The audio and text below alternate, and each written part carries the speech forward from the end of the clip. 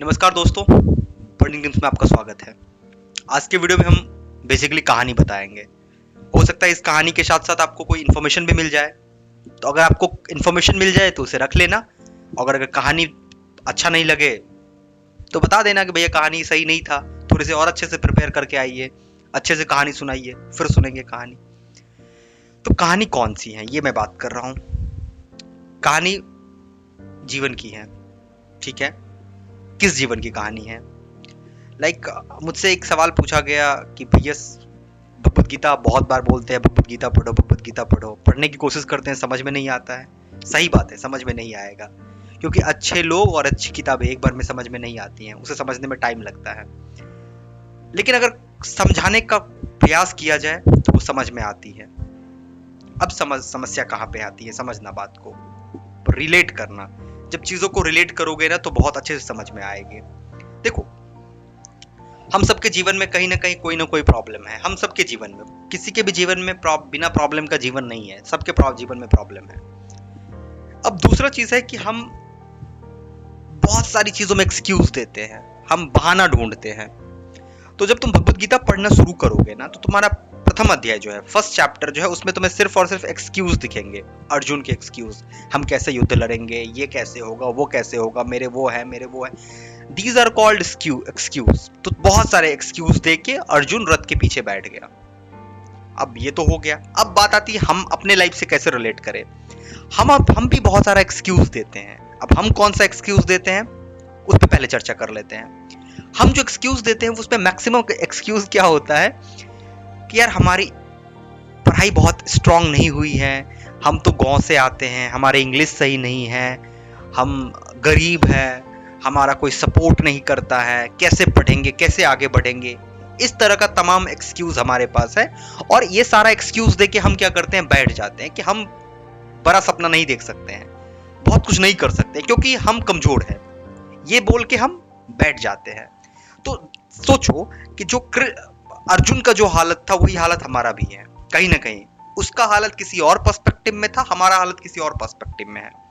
हम भी अपने आप को बहुत सारे एक्सक्यूज देके रथ के पीछे बैठ गए हैं। चैप्टर 2 में भगवान श्री कृष्ण तैयार होते हैं और अर्जुन को बताते हैं। समझना कि वो तुम्हें बता रहे हैं। स्टार्ट जब होता है तो चैप्टर 2 वर्स 2 में उन्होंने कहा है, मेरे पास भगवत गीता है मेरे पास, और मैं इसको, भगवत गीता है ये, और मैं इसको कोट करके ही बताऊंगा। मैं ऐसा कुछ भी नहीं बताऊंगा जो कि तुम्हें लगे कि ये मैं कहां से बता रहा हूं। ठीक, एकदम से। अगर तुम्हारे पास भगवत गीता होगा तो जाके पढ़ना। चैप्टर 1 में बहुत सारा चीज ऐसा है जो कि अर्जुन ने अपना प्रॉब्लम बताया कि मेरे साथ ऐसा है, मैं कैसे युद्ध लड़ूंगा, और ये सब बोल के वो पीछे रथ के बैठ गए। चैप्टर 2 में जब स्टार्ट होता है तो चैप्टर 2 वर्स 2 भगवान श्री कृष्ण बोलते हैं, कुतुस्त्वा कुतुस्त्वा स्टार्ट होता है। वो संस्कृत का श्लोक है, कुतुस्त्वा। इसका मतलब क्या होता है? इसका मतलब होता है कुतः। कुतः का जो मतलब होता है वो होता है फेंट हार्टेड। फेंट हार्टेड का मतलब होता है कि ऐसा दिल जो बेहोश है, जिसके पास कुछ सोचने की क्षमता नहीं है, दिमाग उसका काम नहीं कर रहा है, दिमाग दिल को कंट्रोल नहीं कर रहा है, बस दिल बहे जा रहा है इमोशन में। अरे हमारी तो स्थिति ही नहीं सही है, और एक्सक्यूज दे रहा है, एक्सक्यूज देने के लिए बैठ जाता है। मैक्सिमम केस में एक्सक्यूज कहां पे आता है मैं बताऊंगा तो तुम्हें हंसी आएगी। कि जब बहुत लोगों का रिलेशनशिप खत्म होता है, या फिर हार्ट ब्रेक होता है, इमोशनल ब्रेकडाउन होता है, तो वो फिर इसी कंडीशन में चला जाता है कि हमसे कुछ नहीं हो पाएगा, हम अब मूव ऑन नहीं कर सकते, हम खड़ा नहीं हो सकते हैं। ऐसा बहुत तरह का प्रॉब्लम वो अपने आप को बताएगा। ठीक है। अब भगवान श्री कृष्ण चैप्टर 2 वर्स 2 में क्या बोलते हैं? बोलते हैं हाउ, इंग्लिश में जो है वो मैं तुम्हें सुना रहा हूं। वो बोलते हैं, how has this affliction overtaken you at this odd hour. ऐसी कंडीशन जहां पे तुम्हें अपने लिए युद्ध करना चाहिए, अपना भविष्य बनाना चाहिए, वहां पे तुम वरी कर रहे हो, वहां पे तुम एक्सक्यूज दे रहे हो। ये शोभा नहीं देता है। ये neither it bring heaven nor fame to you. इस सब से ना तो तुम्हें हेवन मिलेगी और ना ही तुम्हें फेम मिलेगी। इसका क्या मतलब हुआ? इसका मतलब हुआ कि अगर तुम एक्सक्यूज दे रहे हो तो एक्सक्यूज से कुछ भी नहीं होगा। ठीक ना। उन्होंने कहा चैप्टर 2 वर्स 3 में, उन्होंने कहा, वर्स 3 को पढ़ना, उन्होंने कहा है, you should not have develop this timidity. तुम ये टिमिडिटी, ये कमजोरी है, इसको डेवलप मत करो। Because you are a son of brave mother. हम सभी ब्रेव मदर का सन है, हम सभी कहीं ना कहीं अपने अपने माँ का, ब्रेव माँ का सन है। उन्होंने कहा है कि ये वीकनेस है, ये टिमिडिटी है, ये जो तुम एक्सक्यूज दे रहे हो ना, जो भी अपने लाइफ में एक्सक्यूज दे रहे हो, ये सब टिमिडिटी है। क्या क्या एक्सक्यूज हो सकता है? मैं गरीब हूँ, मेरे इंग्लिश कमजोर है, मेरा एजुकेशन बहुत अच्छे से नहीं हुआ, मैं गांव से आता हूँ, मुझे कोई सपोर्ट नहीं करता, ये सब एक्सक्यूजेस है और कोई तुम्हारा एक्सक्यूज नहीं सुनेगा। फ्यूचर में हो सकता है कि तुम अपने बच्चे को बैठा के सामने बोलोगे कि मैं तो यार बहुत तेज था पढ़ने में, काश मेरा उस समय ये होता तो मैं ये कर दिया होता। ये सिर्फ और सिर्फ एक्सक्यूज है जो तुम फ्यूचर में अपने बच्चों को दे सकते हो, और उस एक्सक्यूज से कोई इतिहास में तुम्हारा नाम दर्ज नहीं होगा एक्सक्यूज से। तो तुम्हें क्या करना पड़ेगा? भगवान श्री कृष्ण ने बोले हैं कि तुमको मैंने जो भी दिया, भगवान बोलते हैं तुमको मैंने जो भी दिया, जिस कंडीशन में तुमको जहां पे भी लेके आया, एक्सेप्ट कर लो, कोई बात नहीं, जो भी कंडीशन है उसको एक्सेप्ट करो। और उसके बाद क्या करो? उसके बाद अपनी एक्सक्यूजेस को टिमिडिटी मत बनाओ, अपनी उसको कमजोरी मत बनाओ, उसको स्ट्रॉन्ग पॉइंट लो। अगर तुम चैप्टर 2 वर्स 11 में देखते हो तो उन्होंने कहा है कि जो वाइज मैन होते हैं वो विलाप नहीं करते हैं, ठीक ना।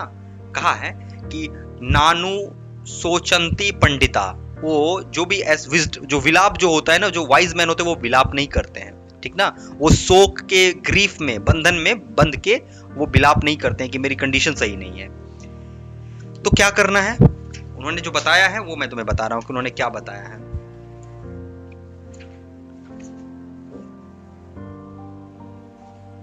यहां पे आया, उन्होंने बताया है चैप्टर 2 वर्स 38 में, चैप्टर 2 वर्स 38 में उन्होंने कहा है engage yourself in a battle, अपने आप को युद्ध में डाल दो, अपने आप को इंगेज करो लड़ाई के लिए। कौन सी लड़ाई? तुम्हारा सोशल लड़ाई हो सकता है, तुम्हारा इकोनॉमिकल लड़ाई हो सकता है, तुम्हारा एजुकेशन का लड़ाई हो सकता है, तुम्हारी वीकनेस की लड़ाई हो सकती है, इमोशनल लड़ाई हो सकती है, कोई भी लड़ाई जिस स्तर पे तुम लड़ रहे हो उसमें घुस जाओ। Engage yourself in battle. और जब तुम डिसिप्लिन के साथ अपने आप को बैटल में डाल दोगे ना, तो उसके बाद उन्होंने कहा है योगः कर्मसु कौशलम, योगः कर्मसु कौशलम।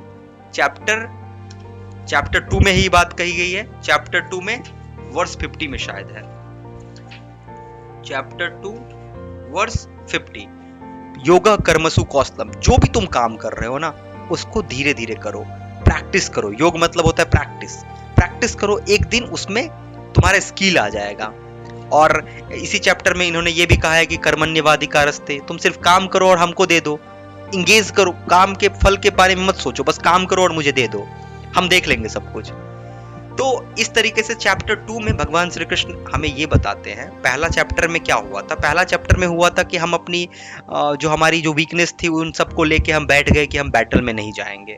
हमारे बैटल, बहुत सारा बैटल है, जैसे हमारा इंग्लिश कमजोर है, हम सही से पढ़ नहीं पाते हैं, 3 घंटा पढ़ते हैं तुम परेशान हो जाते हो, फिर लगता है कि हमारे दिमाग में ही नहीं घुस रहा है, ऐसे कई तरह का बात, उसके बिना कैसे जिएंगे, ऐसे कई तरह का बात होता है। ये तुम्हारा रोना है, तुम्हारा ये एक्सक्यूजेस है। चैप्टर 2 में कहा है कि तुम्हारा जो भी एक्सक्यूज है, फ्यूचर ये नहीं, इतिहास ये नहीं बोलेगा कि तुम्हारा एक्सक्यूज थे, इतिहास बोलेगा तुम योद्धा नहीं था, लड़ो। चैप्टर 2 बताया कि you have to engage yourself in a battle, तुम्हें लड़ाई लड़नी पड़ेगी, और जब तुम लड़ाई लड़ोगे तो या तो तुम जीतोगे या फिर सीखोगे। तो ऐसा ही करना है, हम सबको करना है, कुछ ना कुछ अपने अपने जीवन की लड़ाई है, हमें लड़नी है। मैं अपने जीवन में लड़ रहा हूं, तुम अपने जीवन में लड़ो, और घबराओ मत इस जीवन की लड़ाई से। बहुत मजेदार है, जीवन की लड़ाई बहुत ही ज्यादा मजेदार होती है, तो घबराने की कोई जरूरत नहीं है। जो जहां पे हो, जो कर रहे हो, लगे रहो और भगवत गीता पढ़ते रहो। Thank you guys.